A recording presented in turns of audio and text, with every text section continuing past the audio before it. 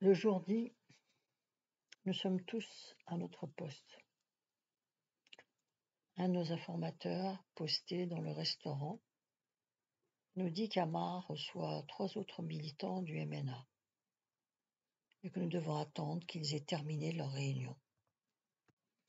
Chacun de nous regagne son poste en attendant le moment d'entrer en action.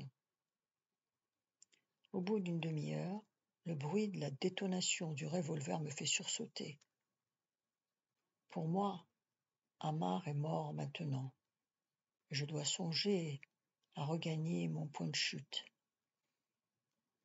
Par précaution, je patiente un peu dans le cas d'un événement imprévu. Grand bien m'en a pris, car je dois sortir de la cuisine, cette Anne de Ben Haddad complètement affolée. Que se passe-t-il ? Je demande. Je l'ai raté. Tu l'as raté ? C'est pas de ma faute, me dit-il bouleversé, quand il m'a vu et s'est enfermé avec ses copains dans la cave. Parce que ses copains sont encore avec lui ? Mais qu'est-ce que tu as fait, bon Dieu ? Ses copains ne sortaient pas, et j'ai estimé qu'il fallait agir. C'était trop dangereux de rester dans la rue. Donne-moi le revolver et tire-toi. Tu en as assez fait pour ce soir. Je suis furieux contre cet idiot. Il est impératif maintenant de régler cette affaire avant la venue de la police. J'entre dans la cuisine et cours vers la cave. La porte est fermée de l'intérieur. Le chien a prévu le coup et a renforcé la porte. Pas moyen de l'ouvrir en donnant un coup de pied. Vous pouvez sortir, dis-je calmement, tout en essayant de prendre un ton rassurant. Il est parti en courant par la cuisine. Qui es-tu ? Me dit une voix derrière la porte. Un client du bar d'à côté. Vous voulez que je prévienne la police ? Non, ça ira comme ça. Tu es seul ? Non, nous sommes 6 au moins. Nous avons entendu le coup de feu et nous sommes venus voir ce qui se passait. L'homme qui ouvre la porte n'est pas le bon. Il me dévisage en tenant la porte entrebâillée. C'est la dernière personne qu'il voit sur terre. Je lui loge une balle en plein cœur. Je descends 4 à 4 les escaliers de la cave. Je déniche les 3 autres. Je tue d'abord les 2 copains de la même façon que le premier. Puis je décharge mon revolver sur Amar. Je remonte ensuite les escaliers en courant et sors par la cuisine. Dans le terrain vague, il n'y a pas un chat. Je jette le revolver dans un égout. Je vais tranquillement rejoindre la planque. C'est le début de mes exploits. Le frère Ben Haddad est un âne dangereux. Lorsque la semaine suivante, il vient à la réunion dans un garage désaffecté, je ne me prive pas de lui dire tout le mal que je pense de lui. Mais contrairement aux gens doués d'un peu d'intelligence, l'imbécile est fier de l'opération. D'un désastre, il a fait un haut fait militaire. Le parti est content de la façon dont nous avons mené l'opération. Les dirigeants savent maintenant qu'ils peuvent compter sur nous. Grâce à cette action héroïque, notre cellule est bien vue chez les frères responsables. On m'a déjà félicité et promis un avancement. Garde tes âneries pour toi, lui dis-je froidement. Tu as perdu ton sang-froid et tu as failli nous conduire à la catastrophe. Tu es un incapable, reprend Yazid. Je me refuse dorénavant à travailler avec toi pour ce genre d'opération. Ben Haddad accuse le coup. Mais nous ne sommes pas au bout de nos peines. L'imbécile a des réserves inépuisables. Allons, mes frères, vous n'avez pas pleuré pour la mort de quelques traîtres, tôt ou tard. Nous aurions dû les abattre, eux aussi. Non, croyez-moi, mes frères. Le contretemps nous a permis de faire le nettoyage complet du quartier. Écoute-moi bien, lui dis-je. Nous refusons de travailler avec toi. Tu as compris? Tu es franchement trop bête. Tu vas aller le dire aux frères responsables. Est-ce clair? Voyons, mes frères, vous n'allez pas jouer aux enfants. C'est la révolution. Nous devons être solidaires comme les doigts de la main. Nous sommes des frères et notre devoir est de nous soutenir mutuellement. C'est pas parce que j'ai commis une petite erreur que vous allez remettre en cause notre solidarité. Qui d'entre vous peut me jurer qu'il n'a jamais commis une faute dans sa vie? Allez, dites-le-moi, qui? Nous n'avons plus rien à nous dire. Transmets notre décision aux frères responsables. Quant à nous, nous partons immédiatement. Nous laissons derrière nous Ben Haddad remuant de colère. Je n'ai pas eu besoin de me concerter avec Yazid. Il a réagi de la même façon que moi. Après avoir raté son coup dans l'opération Saint-Joseph, Ben Haddad est ressorti par la ruelle voir Yazid pour lui demander conseil. Yazid a lu la panique dans ses yeux et me l'a envoyé. Ensuite, Yazid a entendu les détonations et a cru que l'affaire avait mal tourné et s'est enfui immédiatement. Il apprendra seulement le lendemain le détail du carnage.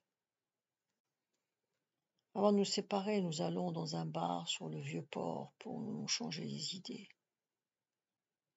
C'est pas très prudent de nous afficher ensemble, mais je crois qu'Yazid a autant besoin que moi de parler de cette affaire. Yazid est encore sous le choc de cette opération. Il a envie de vider son sac. C'est à cette occasion que je fais vraiment connaissance avec lui. Tu sais, me dit-il, c'est la première fois que je participe à une exécution. Ça me fait tout drôle. Je me suis aperçu que j'étais incapable de tuer quelqu'un. Quand Ben Haddad est venu me voir pour me dire qu'il venait de rater son coup, je n'ai pas eu une seule fois l'idée de prendre sa place. Ma réaction aurait pu nous conduire à la prison. Durant toute la semaine, je n'ai pensé qu'à ma lâcheté. Tu n'as pas à te sentir coupable.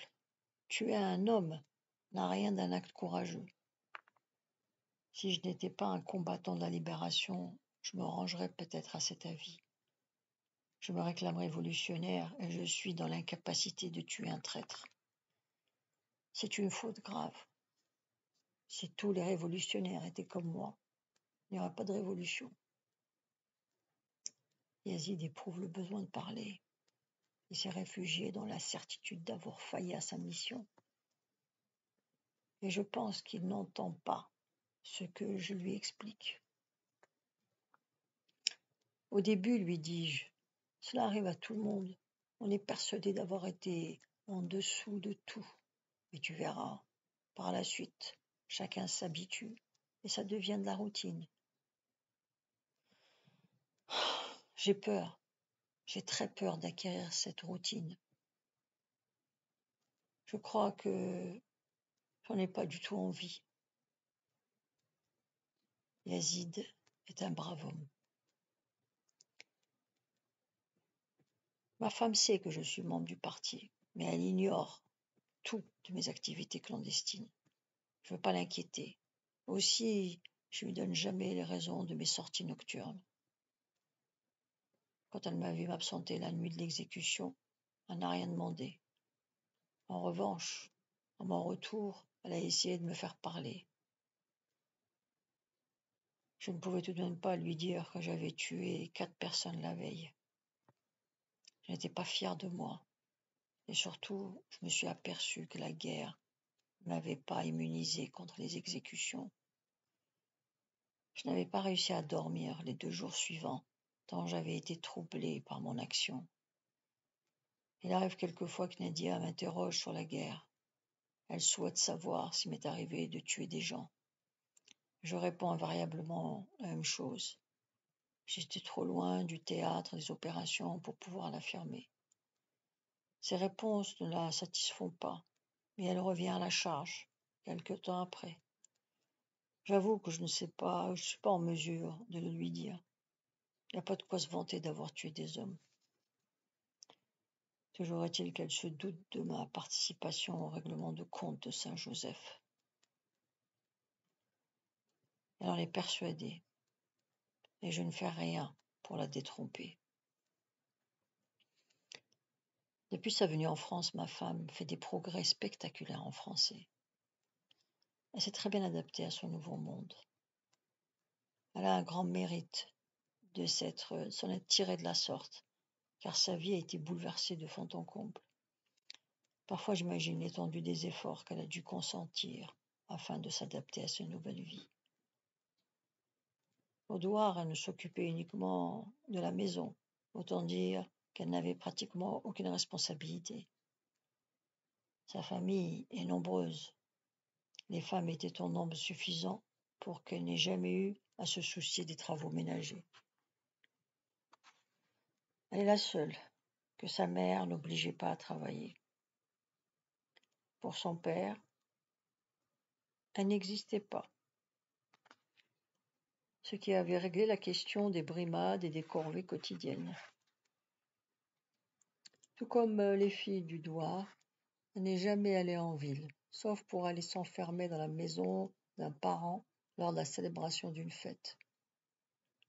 Elle ne connaissait donc pas l'agitation des villes ni les habitudes des citadins. Elle ne connaissait pas non plus l'usage de l'argent, pas plus que la gestion des revenus d'une famille. Elle a eu une enfance sans problème, insouciante, une enfance que beaucoup de filles du Douar lui ont enviée. Mais du jour au lendemain, les frontières du monde extérieur se sont éloignées sans prévenir, et elles se sont égarées dans les limites de l'inconnu. Elle doit se résigner à comprendre que tout ce qu'elle a appris au Douar sur la vie en société n'a pas cours à Marseille. Elle comprend qu'elle doit assimiler à la manière d'un enfant les usages en vigueur d'une société étrangement compliquée. Il a fallu qu'elle apprenne à sortir seule dans le quartier, à faire les courses du ménage, à s'occuper des enfants, à leur choisir des habits qui soient en conformité avec les autres enfants, à les conduire à l'école et les récupérer le soir, à trouver les adresses du médecin, du pharmacien, des bureaux de la mairie et de la poste.